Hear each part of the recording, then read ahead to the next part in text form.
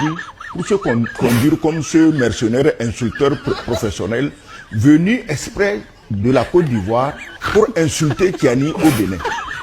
Pourquoi? Parce qu'on a parlé de drone. Je ne sais pas pourquoi parler de drone donne des crises d'urticaire à un pasteur pédophile, à un pasteur incestueux, à un pasteur assassin de sa femme. Je ne sais pas pourquoi l'histoire de drone l'intéresse. C'est vrai que... J'espère que vous avez le temps de finir. Eh bien, écoute, mon ami, c'est de la prison qu'on l'a sorti pour faire de lui l'esclave qu'il est aujourd'hui. Il est obligé d'annoncer tout ce qu'on veut qu'il annonce. Mais il n'était pas en prison pour pédophilie, l'assassinat de son épouse. Pédophilie, quand tu couches avec ta fille, c'est quoi? C'est même pire que pédophilie, je parle d'inceste. Donc, je n'ai pas les preuves. Lui, il a les preuves des insultes qu'il déverse par tombereau entier sur un chef d'État. Donc, bref, c'est parce que le président Kiani a parlé des drones qu'on a loué un insulteur professionnel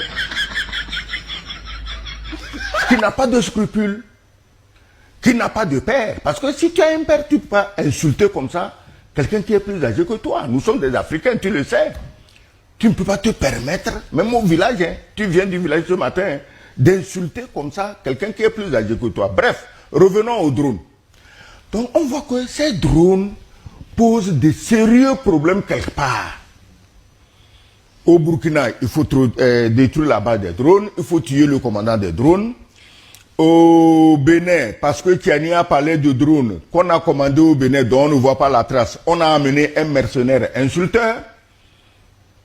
Parce que effectivement, je ne vois aucun Béninois qui peut faire ce qu'il a fait. Parce que les Béninois, ils sont comme les Togolais, hein, c'est déjà instruit, c'est déjà respectueux. Mais lui, apparemment, il n'a même pas de père. Il y a un vieux croulant qui est en train de mourir dans les bas quartiers à Abidjan, qu'on dit qu'il est son père. Mais toi, tu ne peux pas vivre dans la jet set. Et ton papa est en train de crever de faim dans le quartier. Donc, c'est pas son père. C'est le genre de type qui n'ont pas de père. Parce qu'un garçon qui a un père ne peut pas dire ce qu'il a dit. Donc, les drones sont arrivés d'une façon ou d'une autre. Je ne dis pas que c'est les drones commandés au Bénin qui sont allés au Niger. Mais c'est pour te dire que si les terroristes, qui n'en sont même pas, si les mercenaires veulent des drones, ils n'ont que l'embarras de choix. Le drone des Ukrainiens, les nazis de Kiev, avec leur chef nazi Zelensky, qui ne rêve que de tuer les Noirs, comme son ami, hein, qui lui dit même de refuser de signer des accords de paix. Eux là, tuer les Noirs, c'est leur première distraction. Donc les terroristes ont l'embarras de choix entre les drones fournis par les nazis ukrainiens et les autres drones que les gens commandent dans la région à des fins même touristiques. Hein. Tu sais, tu peux commander un drone pour aller observer une réserve de faune. Et c'est pas la faune qui manque au Bénin. Hein? Il y en a même au Togo. Hein. Mais ces drones sont très encadrés. Maintenant, je voudrais qu'on passe à l'enquête qui est en cours entre terrorisme et mercenariat. D'abord, le profil des assaillants Nani Sossou. Qui sont ces personnes capturées? On en a attrapé une vingtaine, dit-on.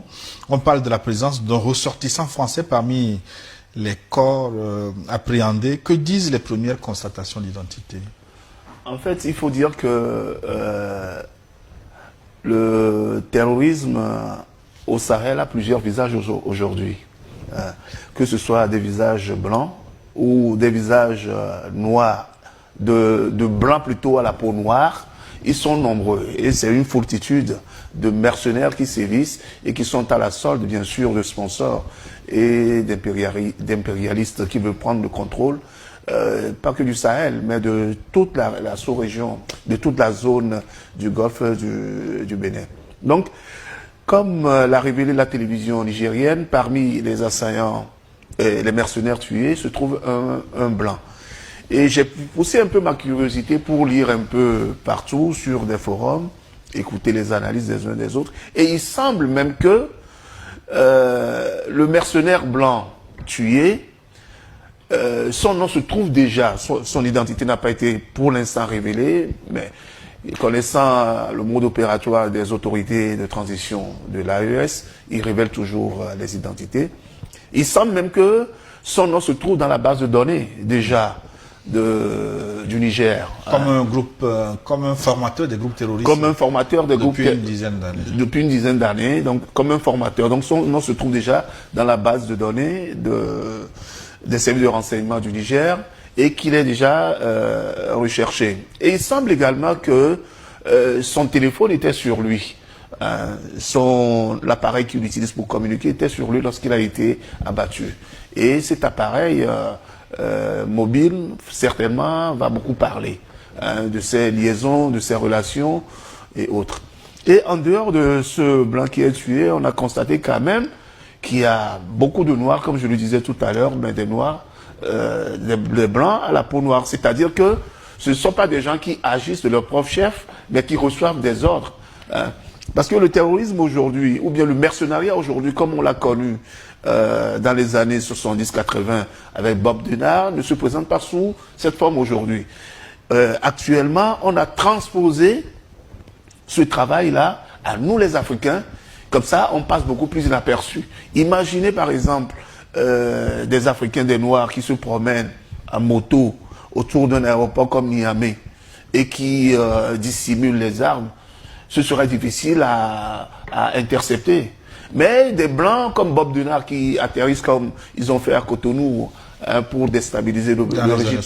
Dans les années 70, le régime de Mathieu Kérékou, c'est complètement visible, ou bien dans les Comores, où partout Bob Denard a fait son malheur sur le continent. Donc, ces Noirs-là, ce sont eux qui ont pris la relève des Blancs qui venaient sur le territoire.